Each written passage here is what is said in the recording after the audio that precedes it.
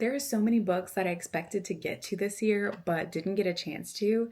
So let's talk about them. Hi, if you're new here, my name is Olivia. Here we talk about all things books, and yes, that does mean all genres. Today we're kind of doing a mixed bag here. I want to talk about 8 books that I didn't get to this year and discuss a little bit about why I didn't get to them or why I kept pushing them off. This was the year that Liz Tom 40 got traditionally published, and I was not the biggest fan of the new covers that were coming out. And I feel like I would like this series. So I went ahead and bought the entire Windy City series with the indie covers, expecting that I would at least read one of them. And I didn't. I think part of the reason that I didn't get to these is that series are really daunting to me because it's like if I finish one, I need to pick up the other right after, and it was just never an appropriate time for me to start a series. So I ended up pushing this one off, but I do plan to start this in early 2026 and get through the entire series. Another is Babel by R.F. Kuang. And as much as I want to read this, I'm not fully convinced that I will love it. So I keep pushing it back incrementally because I hear so many good reviews about this. And at the same time, I hear so many negative reviews about this. So I'm just wondering if this is going to be right for me, but I never know until I try. And I just can't bring myself to try. But again, I am planning to at least try this in 2026.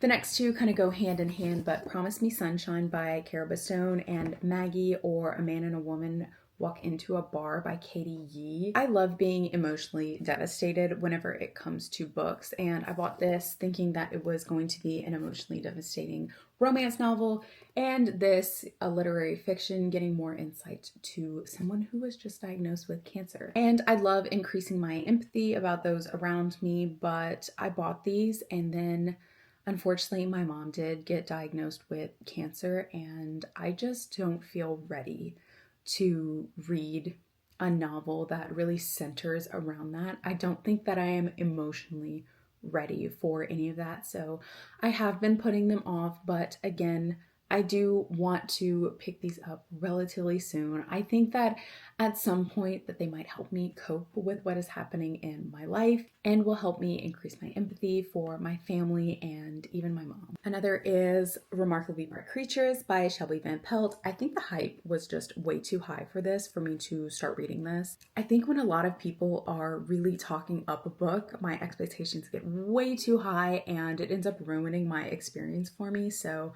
I did take a pause with this one, but this is also something that I want to buddy read with my husband, and it just wasn't the right time for either of us.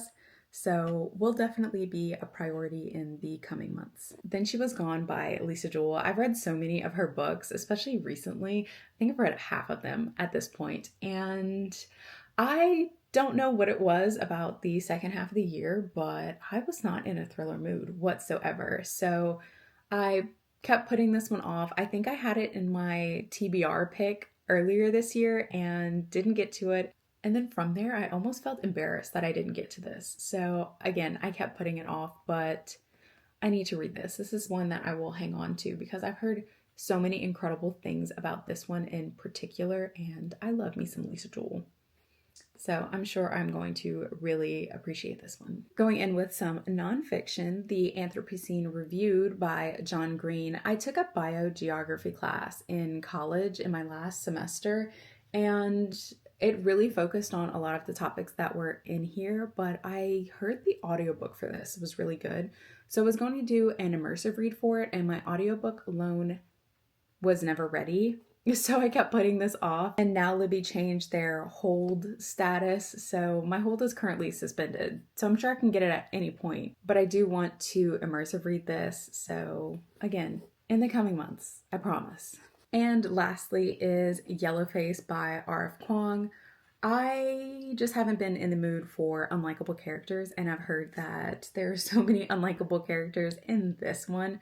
This is another novel that I also want to buddy read with my husband, and it was just not the right time for us. There were other priority reads that we had. We're even in the middle of a series and have been putting that off. But whenever I am in a silly, goofy mood and I'm ready for a satire, I will absolutely be picking this one up first. So tell me, what books have you been putting off and why?